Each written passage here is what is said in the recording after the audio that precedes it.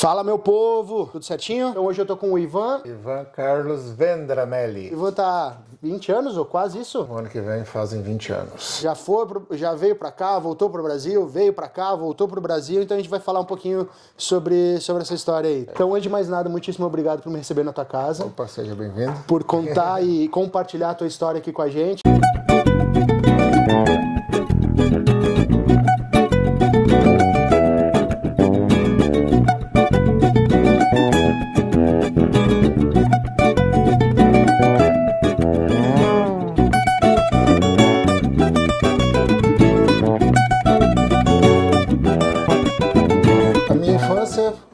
Como eu te falei antes, né, é bem comum, venho de família pobre, não sou rico ainda.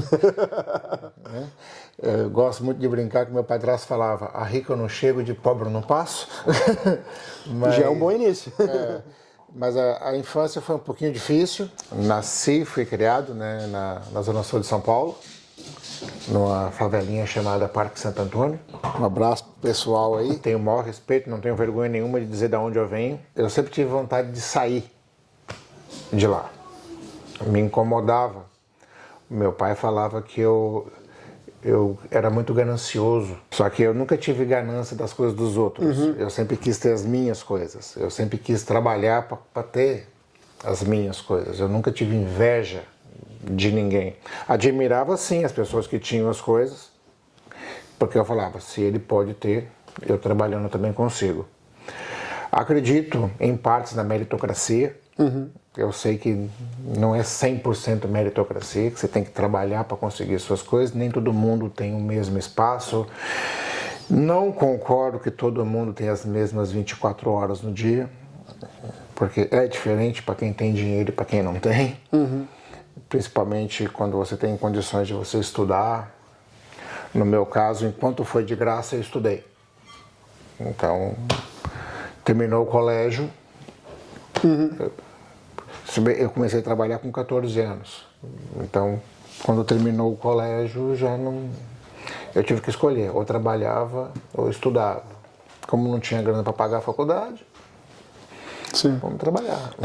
Nessa pegada também pra mim. Com 19 anos, fui trabalhar como motoboy. Aí tem os perrengues da vida, né? Quebrei a perna 2 vezes, já quebrei o braço.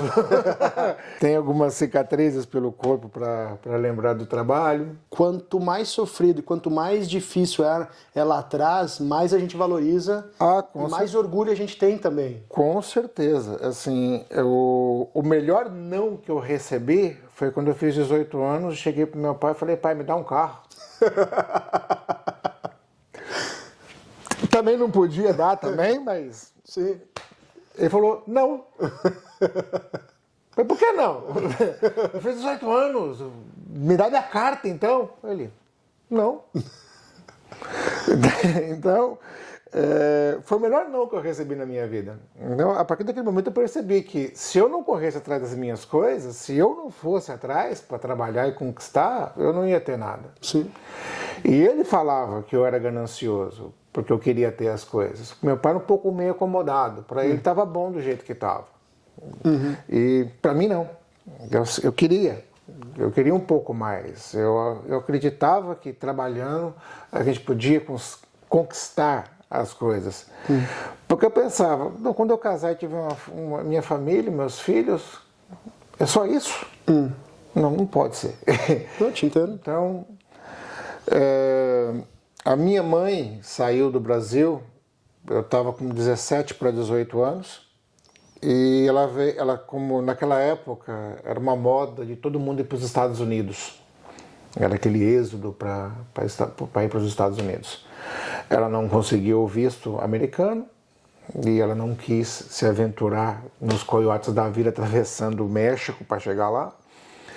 E tinha uma tia dela que morou na Inglaterra por muitos anos e voltou para o Brasil e falou para ela, eu estou indo para a Europa de novo, você quer vir?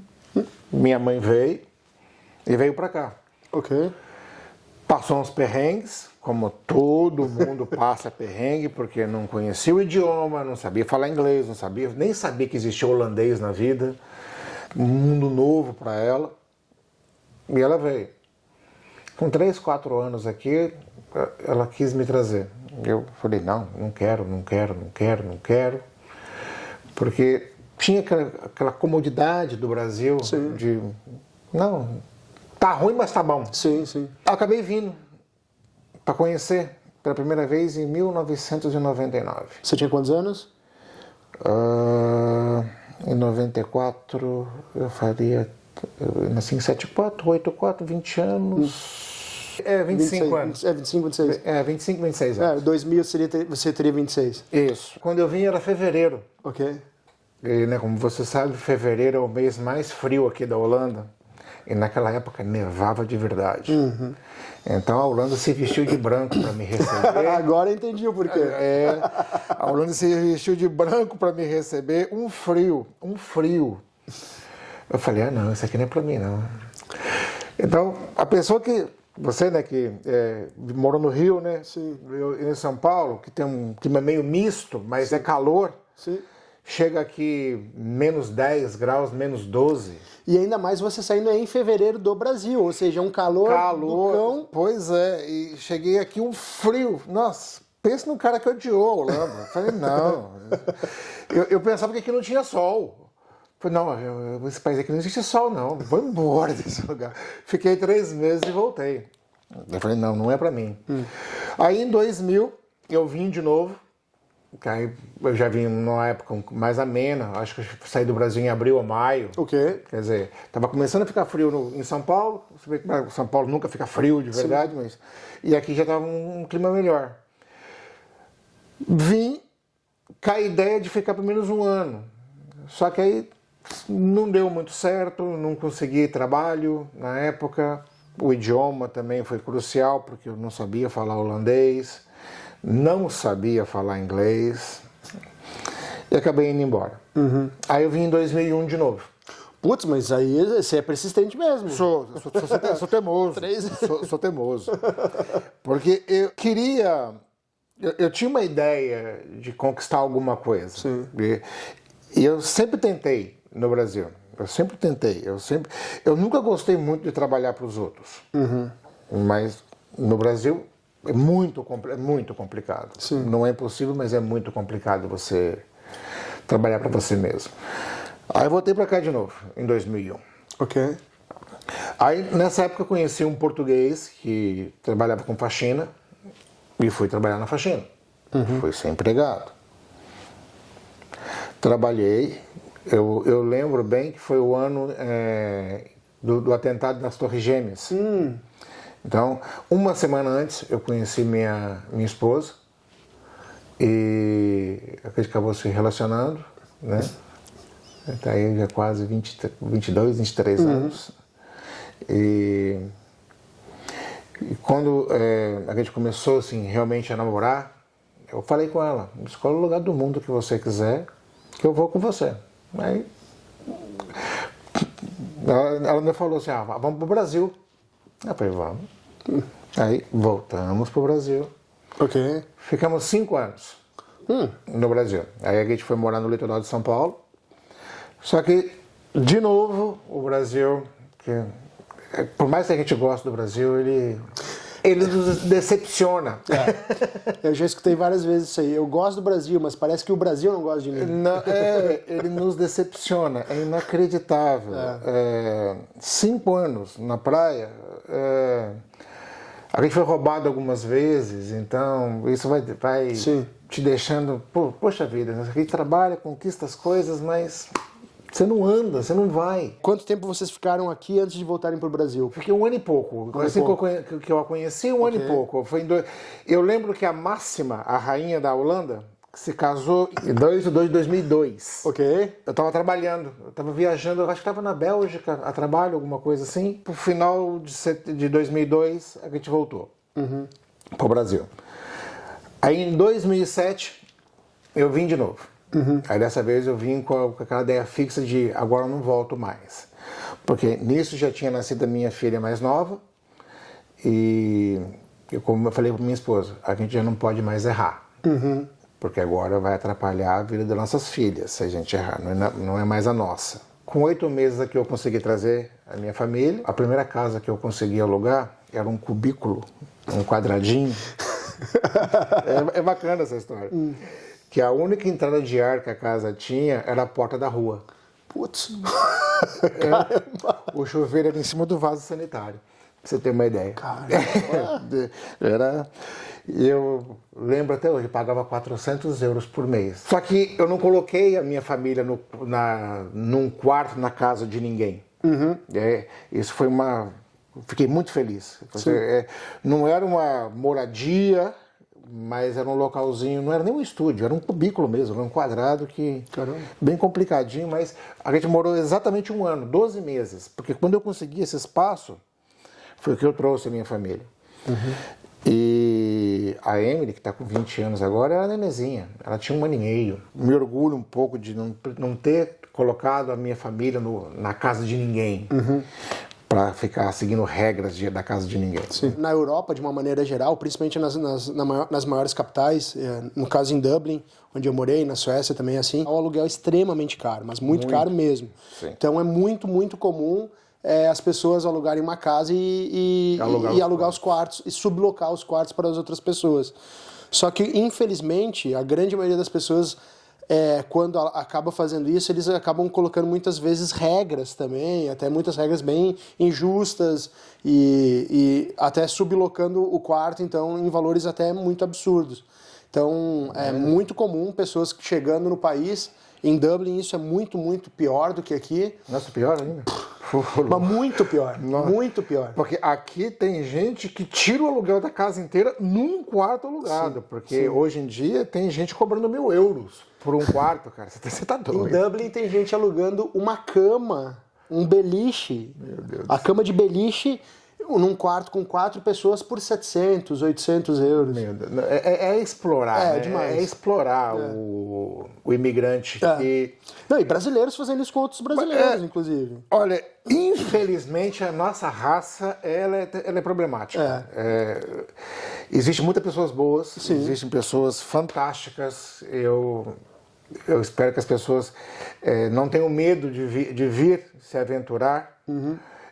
Existem pessoas boas, mas existe muita gente que abusa. Eu sempre falo isso, assim, tipo, até tem um vídeo que eu falo razões para sair ou não do Brasil, e eu falo muito nessa pegada. Então, assim, quem mais vai te ajudar aqui vai ser o brasileiro, mas também quem mais vai te ferrar também vai ser o brasileiro. Então sempre tem que ter muito cuidado, um pé atrás, e não é só porque aquela pessoa é de repente até da tua cidade, né, quem é de cidade pequena, que vai te ajudar. Em contrapartida, tem pessoas que você não esperava nada e também vão te ajudar pra caramba. Eu costumo dizer que quem mais vai te ferrar são os seus parentes e seus amigos mais próximos, tá?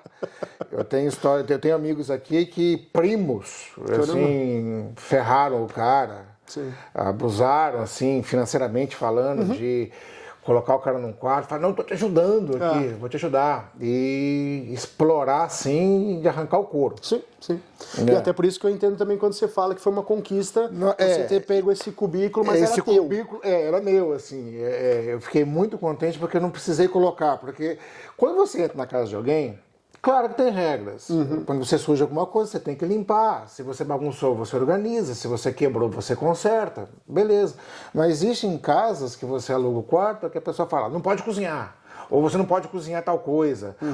Banho é só 3 vezes por semana. Eu não quero que você tome banho todo dia. Tem. Sim. Já escutei histórias. Tem. Então, é complicado. Sim. Então, eu consegui trazer minha família para um local onde eram nossas regras. E a gente ficou 1 ano. Exatamente 1 ano. 12 meses morando. Assim, eu trabalhava de noite com faxina, limpando escritório para esse português. E a minha esposa chegou também, já também trabalhando, porque para mulher é bem mais fácil o trabalho. Também caiu na faxina também. Então ela trabalhava de dia e eu trabalhava à noite. Então, de dia eu tomava conta da minha nenê e à noite a minha esposa. Então a gente ficou 1 ano. Até a gente conseguir alugar verdadeiramente uma casa. Quando a gente alugou o apartamento, a gente se perdia dentro do apartamento.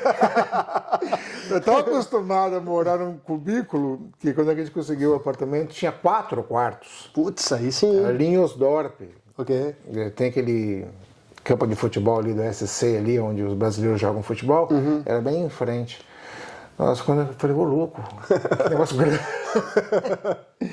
Aí eu precisei também alugar quartos para poder ajudar a pagar o aluguel, porque o aluguel era caro. Sim, sim. Então, acabou que a gente conheceu muitas pessoas também. A gente foi ajudado, porque o dinheiro ajudava a pagar o aluguel, e também ajudamos as pessoas, só que a gente não explorava ninguém com valores abusivos, tanto que a gente dividia o dinheiro do aluguel. Eu lembro que acho que era 900 euros, uma coisa assim, a gente alugava os quartos por 300 e pouco, 400 e pouco, que mesmo era para dividir o valor do aluguel. E para ficar bom para todo mundo. E eu lembro que quando a gente alugou isso aí, o meu padrasto na época falou que eu não conseguiria morar lá nem 3 meses. Caramba. Por causa do preço do... Tá, entendi. A gente morou só 6 anos. Ele não contava que eu trabalhava. E eu sempre quis as coisas. Eu sempre trabalhei com foco em ter uma vida um pouco melhor e dar uma vida um pouco melhor para as minhas filhas. Aquela coisa do pai, não passar por aquilo que eu passei. Então, sempre trabalhei. Minha mulher também. E depois a gente saiu de lá, foi morar numa casa, foi só 1 ano. E depois a gente tentou comprar casa aqui na Holanda, depois que a gente conseguiu, porque teve uma época da ilegalidade, né? A minha esposa ainda não, porque quando ela veio para cá, ela tinha passaporte português por causa da família. Mas eu não. Mesmo eu tendo família italiana, eu nunca fui atrás de arrumar documento italiano. Uma porque eu nem sei por onde começar a ir atrás, e outra que eu não queria para ninguém da minha família depois de falar para mim que moro na Europa por causa da família. Ok. Então, não quis. Não sei nem como ir começar e também não quis ir atrás. Ok. E a minha mulher, a avó dela era portuguesa, então é família. Ela já veio com a documentação. E com o tempo, por eu ser casado com uma portuguesa, acabei me legalizando aqui, né? Então, hoje em dia sou legal, né? Estou legal. Agora você está pelo casamento com uma europeia? Ou você pegou... Não, hoje em dia eu tenho passaporte holandês. Holandês? Ok. Porque quando arrumou a documentação para ficar legal aqui, ela se responsabilizou por mim na época, e durante 5 anos você fica meio que um prove-tide, assim, eu tô nesse agora. Probatório. Sim. Tanto que o seu documento, atrás dele está escrito bepaalde tijd. É tempo determinado. Ele dura 5 anos, esse tempo determinado. Aí depois você troca essa carteirinha por onbepaalde tijd, que é tempo indeterminado. Ok. Então, quando você pega essa carteirinha, que geralmente é 5 anos, e depois que você fazer o inburgering cursos, que na minha época não era obrigatório e era gratuito, hoje em dia é obrigatório você fazer e tem que pagar, que é um cursinho que dizem que te ensinam a falar holandês. É mentira. Tá. Te ensinam um basicão. Sim. Mas é uma outra coisa que é bem complicada aqui, é a moradia, que muita gente paga e acaba sendo enganada, não consegue a casa. Você deve ter ouvido já muita história sobre isso. Tem muito. Então, hoje em dia, estou no meu apartamento aqui, tranquilo, não é meu, é alugado, porque eu tentei comprar e até hoje no banco falou que não. Então a gente acabou comprando em Portugal, porque por isso que eu te falei, eu sou apaixonado por Portugal, eu acho lindo aquele lugar, e a ideia é passar a velhice lá. Porque o Brasil eu tenho medo. Sim. Eu gosto muito, eu sou apaixonado pelo Brasil, eu amo o nosso... Não existe lugar melhor no mundo do que o Brasil. Concordo. Só que para morar, hoje eu tô com medo. Porque eu não consigo imaginar eu andar na rua que eu não possa atender o telefone, que corre o risco de alguém vir roubar. Sim. E não é só roubar, é me matar para roubar o telefone. Sim. Então, eu tenho medo do Brasil hoje. Quem sabe, vamos torcer, né, para que o senhor coloque a mão naquele país e que tempos melhores virão. E aí hoje você não trabalha mais com limpeza? Então, eu queria entender um pouquinho então, dessa... eu trabalhei com esse português na faxina por muitos anos. Hoje em dia tenho muito pouco contato com ele, mas foi uma pessoa que me ajudou bastante na época. Depois disso, eu fui trabalhar para essa família. Por 11 anos eu trabalhei para essa família. Tenho muito que agradecê-los. Obrigado. Me ajudaram. Tivemos grandes problemas, que é uma mulher muito complicada de se lidar. Mas eu acho que todo rico é. Mas, um dia que você é rico, quem sabe, para descobrir como é que é. Tá certo, o outro lado, né? É, o outro lado da moeda. Tivemos tempos bons e ruins, mas foi lá que eu aprendi a falar o inglês, foi lá que eu aprendi a falar o holandês, foi lá que eu era jardineiro, eu era motorista, eu levava os filhos para a escola, eu buscava, a gente viajava para a Bélgica para limpar a casa deles na Bélgica, a gente viajava para o sul da França para limpar a casa de veraneio deles. Então, foi uma experiência muito boa. Demorei para sair de lá, mas saí. E quando eu saí, eu resolvi que eu não ia mais trabalhar para ninguém. Eu sempre quis. Eu tinha um pouco de medo, como claro, o ser humano tem medo daquilo que ele não conhece. Eu tinha um pouco de medo porque era garantido aquele pequeno salário, mas eu queria algo mais. Então, quando eu saí, eu comprei o meu primeiro carro para transporte. Na época, quem era famoso aqui no transporte era o Seu Paulo. O Seu Paulo era muito conhecido na comunidade brasileira, que ele fazia mudança de todo mundo. Aí quando eu comprei um carro, era uma Mercedes Vito, um carro médio, eu liguei pro Seu Paulo. Falei, Seu Paulo, você é seu concorrente. Aí o Seu Paulo falou assim, concorrente nada, você vai me ajudar, porque precisa ter mais gente fazendo. Porque eu dispenso 10, 20 clientes na semana. Porque era só ele. Tinha mais uns 2 aí que fazia. Hoje em dia tem bastante. Tem uns 5 a 6. Aí pessoas boas que também trabalham com isso. E foi assim que eu comecei. Com o Seu Paulo me passando os clientes. Eu ia, fazia. Mas aí você largou lá ou começou fazendo... Não, eu saí de lá e fiquei nisso. Só que eu fazia as faxinas, porque minha esposa continuou nas faxinas dela. Então, de vez em quando eu ia com a minha esposa e nas horas vagas eu fazia o trabalho. Saía do meu trabalho e ia ajudar a minha esposa. Então, sempre estava com os 2 trabalhos. Ajudando a minha esposa nas faxinas onde eu podia ir e nas horas vagas fazia, porque quando começou não era todo dia que tinha trabalho. Aí eu comecei a me envolver mais com os brasileiros das obras, que é buscar material no material de construção, buscar ferramenta, levar na obra, tirar entulho de obra para jogar fora. E os próprios brasileiros falavam, Ivan, não tem como você fazer 2 coisas. Ou você foca na sua faxina ou você foca nisso aqui. Porque às vezes eles me ligavam, eu estava ajudando a minha esposa. Falava, daqui a 2 horas eu posso, daqui a 2 horas e meia, daqui mais 1 hora.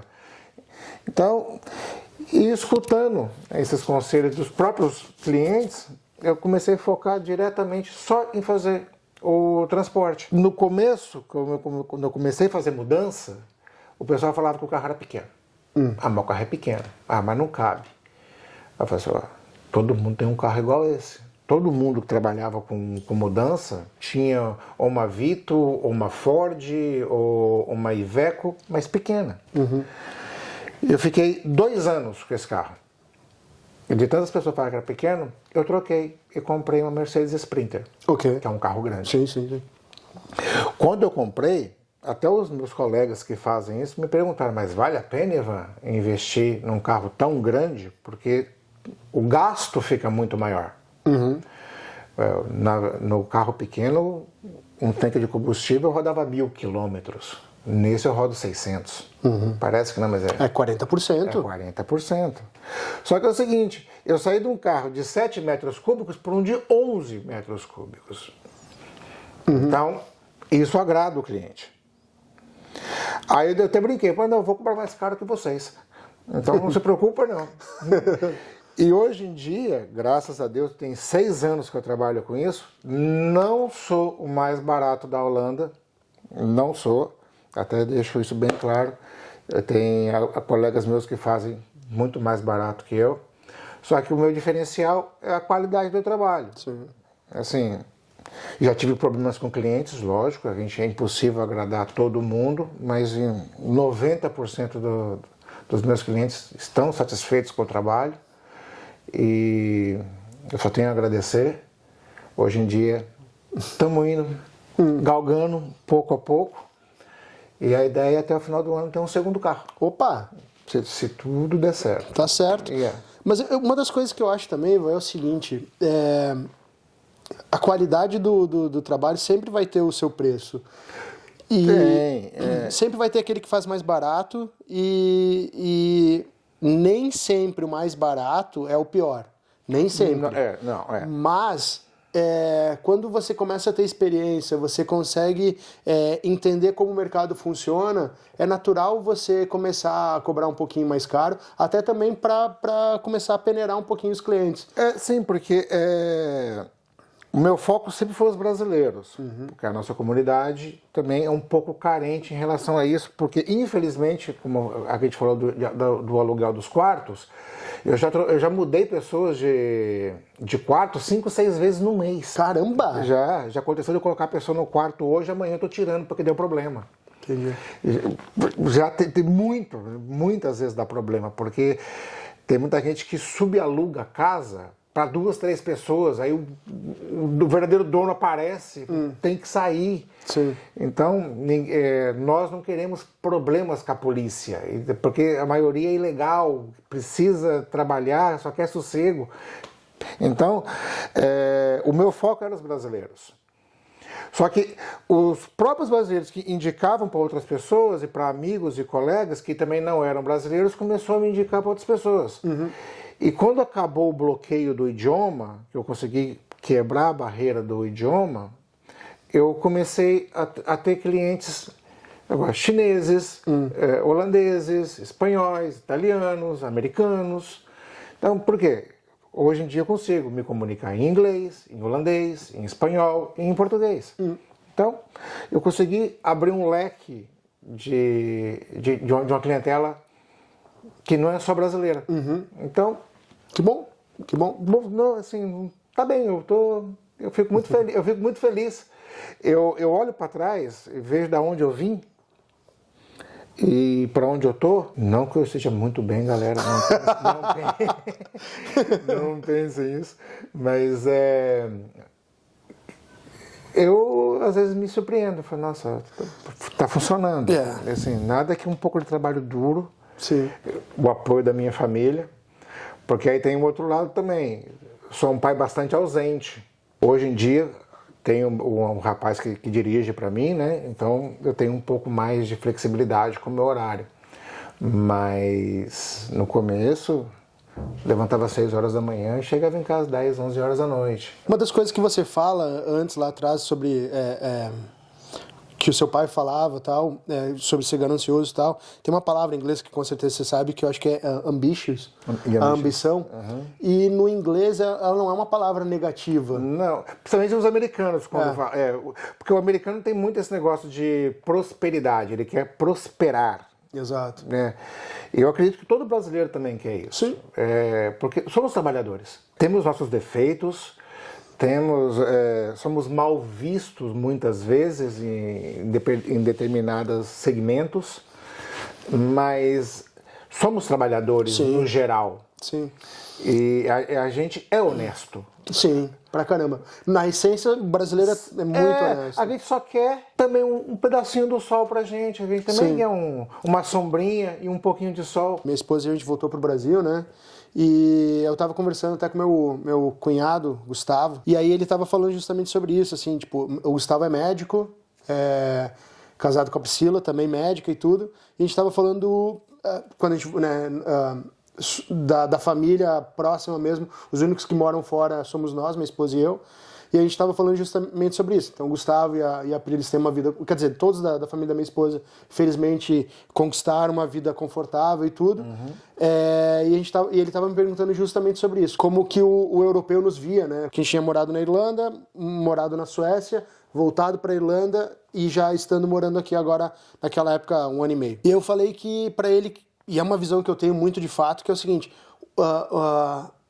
todo mundo vê o brasileiro muito bem e extremamente trabalhador. Sim. Como o europeu adora empregar brasileiro. Sim, porque somos trabalhadores. Exatamente. E aí, o Gustavo falou, não, mas brasileiro é preguiçoso, brasileiro não sei o que, tal.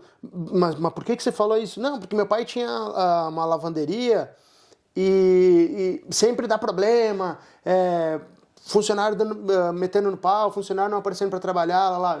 Eu falei, não, beleza, tudo bem, eu concordo plenamente, e tem muitos brasileiros que são ruins de serviço, mas aí malandros. Tem um esquema que é o seguinte, agora você está comparando o mal brasileiro. E aí você tem que comparar o mal europeu, a mal mão de obra daqui também. Sim. Porque onde eu trabalho, por exemplo, os caras dão call sick do nada. Tipo, teve um colega meu que ele literalmente quebrou a unha, um húngaro. Ele quebrou a unha, ele ficou 2 dias sem trabalhar porque ele estava com a unha quebrada. É só aparecer um solzinho um pouquinho mais quente que o holandês veio e falou, tô doente. Exatamente. Então, assim, tem várias pessoas que ficam lá bebendo até 4 da manhã, deveriam estar começando a trabalhar às 7 da manhã, e aí, não tô me sentindo bem, não vou trabalhar. Então, assim, se você for comparar o mau trabalhador brasileiro com o mau trabalhador europeu, beleza, tranquilo. Agora compara o bom trabalhador brasileiro com o bom trabalhador europeu. Me desculpa, meu amigo, mas a gente dá de tapa na cara. Dá, porque o holandês, para ele pregar um quadro na parede, ele vai chegar na sua casa 7 horas da manhã. Ele vai chegar cedo. Ele vai olhar para a parede e vai enrolar um cigarro. Aí você vai oferecer um café para ele, vai tomar um café. Ele vai fumar um cigarro. Ele vai olhar para a parede de novo. Aí ele vai lá e vai medir. Aí vai marcar um xizinho. Aí vai enrolar outro cigarro, vai fumar outro cigarro. Aí vai lá e apaga aquele X que ele fez e marca outro. Quando for umas 10 horas da manhã, ele faz um buraco e te pendura o quadro. E se você fala para ele assim, mas tem uma outra coisa que ele falou, não, eu vim aqui pendurar um quadro. Acabou. Agora o brasileiro não, o brasileiro, você vai marcar com ele às 7 da manhã, ele vai chegar umas 8, a gente não é britânico, não somos, a gente vai chegar atrasado. Só que você vai falar assim, quero pendurar o quadro. Tá onde? É ali. Vai nem medir. Pronto. Tá feito. Mas tem que consertar um cano. Consertar, bora. Até meio-dia o cara construiu a sua casa. Então a gente resolve. A gente faz acontecer. O europeu não é que ele não faz. Ele até faz. Só que muito mais devagar. Sim. Então o brasileiro é trabalhador. Então somos trabalhadores. Tem amigos nossos que quando pegam uma mudança ou um móvel, ele chega na cliente, entrega na porta e fala, tá pronto, obrigado, até logo. Opa! Eu falo pra pessoa, eu busco, tá no 4º andar, tem que descer a escada, a gente desce a escada, não cabe na escada, passa pela janela, nós amarra uma corda, desce, a gente aluga elevador, põe no carro, vai voltar dentro da sua casa. A gente faz conforme a cliente quer. Tá certo? Não, tem aquele cliente que é mais exigente, que eu quero que você chegue na minha casa, que você embale as coisas. A gente embala tudo, a gente embala, empacota, envelopa, coloca no carro. O carro é pequeno, não tem problema que a gente aluga um caminhão se for necessário. Você está mudando para França, para Bélgica, para Alemanha, para Espanha, bora! Não tem tempo ruim, não. É isso aí. E é nesse aspecto que eu acredito que é o principal diferencial do brasileiro. Né? Porque a gente se adapta muito facilmente. No cinema, quando a gente estava na Irlanda, aconteceu um caso muito específico, assim, tipo, a gente chegou lá para gravar, era uma cena externa, então o plano de filmagem falava isso aqui e você tinha que gravar só aquilo. Aí o diretor, por alguma razão, não, eu queria gravar lá do outro lado da rua para fazer isso aqui. Aí o produtor falou, não pode. Não, mas por que não pode? Não, porque... O plano de filmagem era esse. Tá, tudo bem, mas eu quero gravar lá. Não, hoje não vai dar. Tá, mas tá todo mundo aqui, é só pegar e gravar lá. Não custa nada, mais meia horinha. Não. E deu, e assim deu. Todo mundo fala, e muito brasileiro fala sobre o lado negativo do jeitinho brasileiro, mas eu vejo isso de uma maneira extremamente positiva. Então, assim, eu acredito que a sagacidade que o povo brasileiro tem, essa vontade de fazer acontecer, é onde que é o nosso grande diferencial. E eu sempre procuro olhar o copo meio cheio. Então, assim, também. A gente vai ter problemas, a gente tem brasileiro malandro que faz errado, que engana, mas procuro me distanciar deste brasileiro, mas tem vários outros brasileiros que são trabalhadores, dedicados, inteligentes, e desses eu me incluo naquele lado e eu procuro me cercar com estes brasileiros. Então acho que Eu só fico triste hoje em dia, aqui na Europa, porque você sempre vai escutar falar de um clube português, de um clube italiano, de um clube turco, de um clube marroquino, mas você não escuta falar de um clube brasileiro. Você tem bar brasileiro, mas você não vê uma comunidade estruturada para ajudar o brasileiro. É uma coisa que é pena. Eu até entendo que o brasileiro está aqui, ele veio atrás de trabalhar, de conquistar as coisas, mas a gente deveria ter um espaço onde poderíamos ajudar uns aos outros. Quem sabe? Uma ideia. Seria muito bom, porque eu vejo que, eu chamo de safra, né? A safra de brasileiros que veio para cá, de um tempo para cá, deu uma caída na qualidade. Sim, concordo. Também essa geração Z, né, que o pessoal fala, né? Essa molecada aqui de 2000 para cá, né? Essa safra em si, com todo respeito... Então, no geral, eles são um pouquinho abaixo da média, mas eles são mais devagar. Talvez nós que estejamos errados por querer trabalhar tanto. Pode ser. Pode ser que nós estejamos errados, mas ainda vejo uma visão que temos que trabalhar. Sim. E eu não vejo essa molecada hoje com essa gana para trabalhar. Para poder ajudar também essa nova safra que vai vir, porque sempre está vindo pessoas novas. Está vindo muito aqui de Portugal, né, para cá, justamente porque Portugal não tem a estrutura que a Holanda tem. Sim. Mesmo a Holanda sendo menor, ainda as possibilidades de trabalho aqui ainda são bem melhores. Concordo. E até essas pessoas que estão vindo, para encontrar uma coisa mais estruturada. Sim, concordo. Mas, quem sabe, né? Concordo. A gente consegue. Você já está estruturado, já está, felizmente... A minha mulher fala que eu sou famosinho. Assim, eu acredito que eu tenho um nome na praça. Sim. Eu acredito, senão você não estaria aqui. Eu agradeço, muito obrigado às pessoas que reconhecem e apoiam o meu trabalho. A ideia agora é crescer, é comprar um segundo carro. Estou com essa ideia, né, que já são 6 anos trabalhando. Eu comecei com esse carro pequeno, vendi, comprei o carro grande. Vou comprar agora um outro carro grande, um outro Mercedes Sprinter. E a tendência, se o ano que vem o volume de trabalho crescer, talvez um elevador. O grande problema de comprar um elevador hoje, que eu ainda não pensei seriamente em comprar, uma é onde guardar. Entendo. E outra que é o custo. Sim. Não é uma coisa muito barata.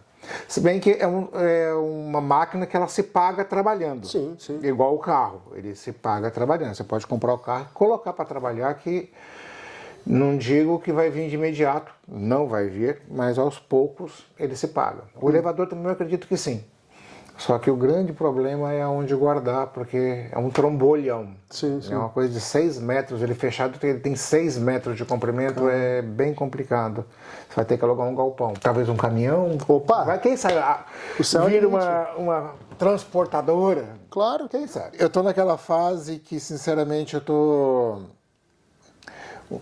querendo curtir um pouco mais a família, porque, como eu falei, você abdica muito da infância dos seus filhos para tentar construir alguma coisa. Hoje em dia, a minha mais velha tem 28 anos, a minha do meio tem 26 e a minha mais nova tem 20. Fiz 3 meninas. Aí eu parei, tentei 3 vezes, não veio menino, para com isso, que pensa no brinquedo caro. Hoje eu tento curtir um pouco mais. Tá certo. Tento viajar um pouco mais com a minha esposa, quando é possível, que nem sempre. Eu tenho um pouquinho mais de flexibilidade com o horário, nem sempre, mas ela também ainda tem os clientes dela, que é as casas de faxina, e tá meio complicado. Eu tento sempre conversar com aquela pessoa que está lá no Brasil, que de repente, independente da idade, sei lá, 20, 30, 40, 50 anos, que tá não necessariamente só para que elas queiram sair do Brasil. Às vezes, eu já tive uma pessoa que escreveu que foi, não, poxa, assistindo seus vídeos eu tive coragem de mudar de emprego, que era o que eu queria fazer. E, porra, beleza, eu acho que esse é o esquema. Tem que fazer. Mas o grande esquema, na minha opinião, é, de uma certa maneira, a pessoa que está assistindo agora esse vídeo, chegar e falar, não, olha só, eu me identifico com o Ivan, de repente até com o Fernando, e vou tomar coragem de fazer aquilo que eu já gostaria de estar fazendo lá atrás. Então, sei lá, ir trabalhar com o meu próprio negócio, seja no Brasil, seja fora, sair do Brasil ou não. Mas o mais importante é a nossa verdade. Sim. E isso a gente não vai conseguir mascarar nunca. É assim, eu costumo dizer que eu não me vitimizo em nada. Tive perrengues, como todo mundo. Como eu falei, a minha história de infância ela é muito comum. É o nascido na favela, que cresceu numa família pobre e com muito trabalho, com muito esforço, saiu da favela. Nada contra as pessoas que moram em comunidade, pelo contrário, ninguém mora na comunidade porque quer. Talvez muitos é porque não há opção. Só que quando você tem uma chance de sair, de mudar de vida, você tem que agarrar. Sim, concordo. E eu tive. Eu agradeço muito a Deus por isso também. Eu nunca fui vítima. Eu sempre tive que correr atrás das coisas, passei dificuldades, como muita gente passou. Hoje em dia não está mil maravilhas as coisas, mas graças a Deus está bem mais tranquilo. Estou estruturado, tenho a minha família aqui, tenho a minha vida, graças a Deus, tranquila.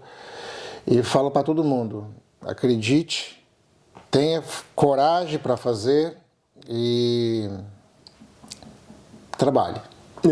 Trabalhe, corre atrás dos sonhos, que se você correr atrás dos seus sonhos, daquilo que você quer, é um grande passo para eles começarem a virar realidade.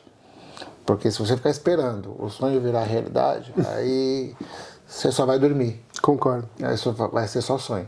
Você tem que fazer o teu sonho virar realidade. Você tem que correr atrás. E você não precisa pesar em ninguém para conseguir as suas coisas. A gente consegue sendo humilde, mas para ser humilde também não precisa andar com os pés descalços. A gente pode ser humilde, galgando um degrau de cada vez, e a gente consegue chegar lá. Concordo. Não é fácil, mas a gente consegue. Você acabou inclusive eu sempre gosto de terminar o vídeo pedindo para que a pessoa mande um recado, mas você acabou de fazer isso. A maior parte das pessoas que eu converso putz, mas no Brasil eu fazia isso. Eu trabalho, eu sou engenheiro aqui no Brasil, acho que eu vou ir para lá para limpar a privada, não sei o quê. Não, beleza, se essa é a sua verdade, de boa, não vejo problema nada nenhum. contra. A grande vantagem que eu vejo aqui em relação ao Brasil é isso, porque assim, lá a gente vê que você vai nadando, muitas das vezes quando você está quase conseguindo chegar na praia, a onda te leva para trás. Não que aqui sejam as mil maravilhas, mas você consegue ter mais ferramentas para conseguir nadar mais rápido. Sim, aqui as coisas fluem um pouquinho melhor. Exato. E assim, quando você faz aquilo que você tem prazer em fazer, que no meu caso, eu tenho prazer naquilo que eu faço. Eu gosto do meu trabalho. Eu gosto de ajudar a mover as coisas, colocar as coisas, organizar as coisas no carro. É uma coisa que eu tenho prazer em fazer. É tão gostoso. Tem gente que pode pensar assim, nossa, que inferno é esse? Aquilo que é inferno para você é paraíso para mim. É gostoso, é um trabalho bom. Eu chamo os meninos para ajudar quando preciso de ajudante. Eu peço para os meninos, não corre, por favor, não se machuca. Não quero que cozinha galo, porque as coisas do cliente estamos trabalhando. Só que faça com amor, para fazer uma vez só e bem feito. Concordo. Que assim a gente não quebra, não estraga, porque muitas vezes as coisas podem quebrar, podem estragar, mas aí não por desleixo, é por acidente, porque acidentes acontecem. Mas é muito gostoso quando você faz as coisas que você tem prazer em fazer. E quando você faz, você não está trabalhando, você está se divertindo. Então, no começo, como todo mundo, chega aqui, não faz aquilo que quer, ou não está trabalhando na profissão que quer, ou está longe daquilo que gosta. Mas, aos poucos, você vai adquirindo o seu espaço, ou talvez você descobre uma profissão diferente, ou a vida ou o trabalho te leva para um outro caminho que você acaba gostando, ou você retorna e começa de novo naquilo que você quer. E aqui eu ainda acredito que é possível, e não importa a idade. Você pode estar, como você falou, pode ter 20 anos. Claro que quanto mais novo você começar, é melhor. Sem dúvida. Mas aqui no Brasil, por exemplo, você com 45 anos você está velho.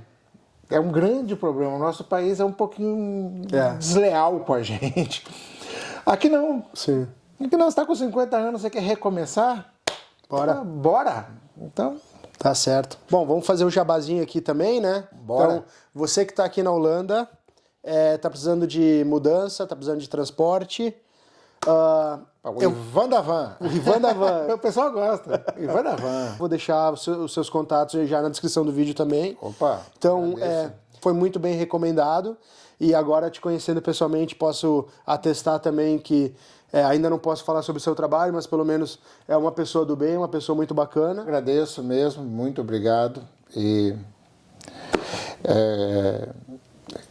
para qualquer um que queira tentar a vida aqui, venha, pode vir, boa sorte, não vai ser fácil, mas a Holanda de todos. Sim, sejam bem-vindos e boa sorte. Tá certo. Ivan, muitíssimo obrigado novamente. Obrigado, tá? Fernando. Pessoal, se você gostou aí, pode deixar os comentários. Quem já conhece o Ivan, que eu tenho certeza que ele é muito conhecido aqui na Holanda, pode deixar um comentário aqui também. Falem bem e falem mal, se for o caso, não tem problema. Continuem, por favor, curtindo, compartilhando e até o próximo vídeo. Um forte abraço a todo mundo.